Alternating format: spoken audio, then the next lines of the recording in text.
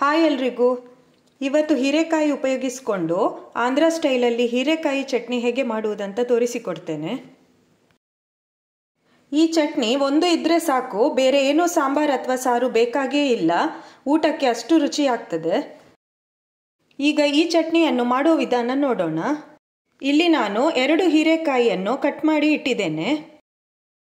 ಪ್ಯಾನ್ಗೆ 1 ಹಿಡಿಯಷ್ಟು ಕಡಲೆ ಬೀಜ ಹಾಕಿ ಫ್ರೈ ಮಾಡಿ ಅದನ್ನು ಆರಲು ಬಿಡಬೇಕು.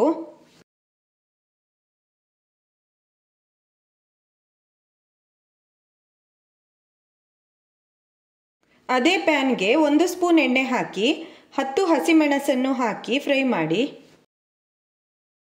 ಹಸಿಮೆಣಸು ಸ್ವಲ್ಪ ಫ್ರೈ ಆದ ಮೇಲೆ ಅರ್ಧ ಸ್ಪೂನ್ ಕೊತ್ತಂಬರಿ ಕಾಳು ಹಾಕಿ ಸಣ್ಣ ಉರಿಯಲ್ಲಿ ಫ್ರೈ ಮಾಡಿ. ಹಸಿಮೆಣಸನ್ನು ಹಾಕುವಾಗ ಖಾರಕ್ಕೆ ಅನುಗುಣವಾಗಿ ಹೆಚ್ಚು ಕಡಿಮೆ ಮಾಡಿಕೊಳ್ಬೋದು.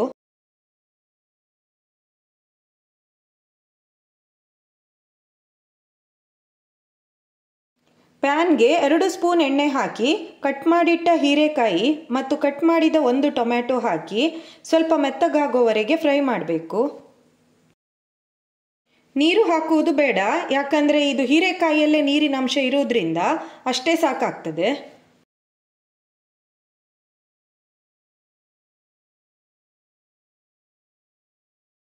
ಇದಕ್ಕೆ ಸ್ವಲ್ಪ ಕೊತ್ತಂಬರಿ ಸೊಪ್ಪು ಹಾಕಿ 1 ನಿಮಿಷ ಫ್ರೈ ಮಾಡಿ. ಈಗ ಇದನ್ನು ತಣ್ಣಗಾಗಲು ಬಿಡಬೇಕು.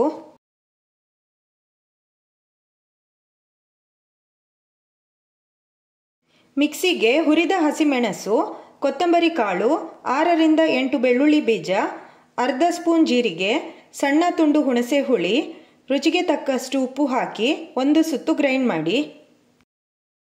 ಎಲ್ಲ ಹಸಿಮೆಣಸನ್ನು ಒಂದೇ ಸಲ ಹಾಕುವುದು ಬೇಡ, ಟೇಸ್ಟ್ ನೋಡಿ ಬೇಕಾದರೆ ಮತ್ತೆ ಕೂಡ ಹಾಕಿಕೊಳ್ಬೋದು.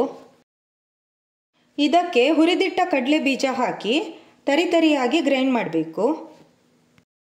ಇದಕ್ಕೆ ಹೀರೆಕಾಯಿ ಟೊಮೆಟೊ ಮಿಶ್ರಣವನ್ನು ಹಾಕಿ ಸ್ವಲ್ಪ ತರಿತರಿಯಾಗಿ ಗ್ರೈಂಡ್ ಮಾಡಿದರೆ ಹೀರೆಕಾಯಿ ಚಟ್ನಿ ರೆಡಿ ಆಯಿತು. ಈಗ ಚಟ್ನಿಗೆ ಒಗ್ಗರಣೆ ಹಾಕಬೇಕು.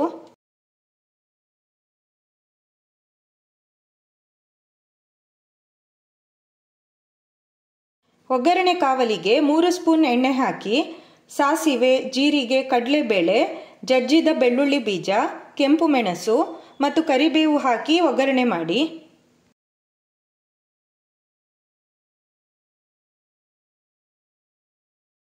ಈ ಚಟ್ನಿಯನ್ನು ಬಿಸಿ ಬಿಸಿ ಅನ್ನಕ್ಕೆ ತುಪ್ಪ ಹಾಕಿ ಕಲಸಿ ಊಟ ಮಾಡಬೇಕು. ತುಂಬ ರುಚಿಯಾಗಿರ್ತದೆ. ಒಂದು ಸಲ ಈ ಚಟ್ನಿಯನ್ನು ಮಾಡಿ ನೋಡಿ.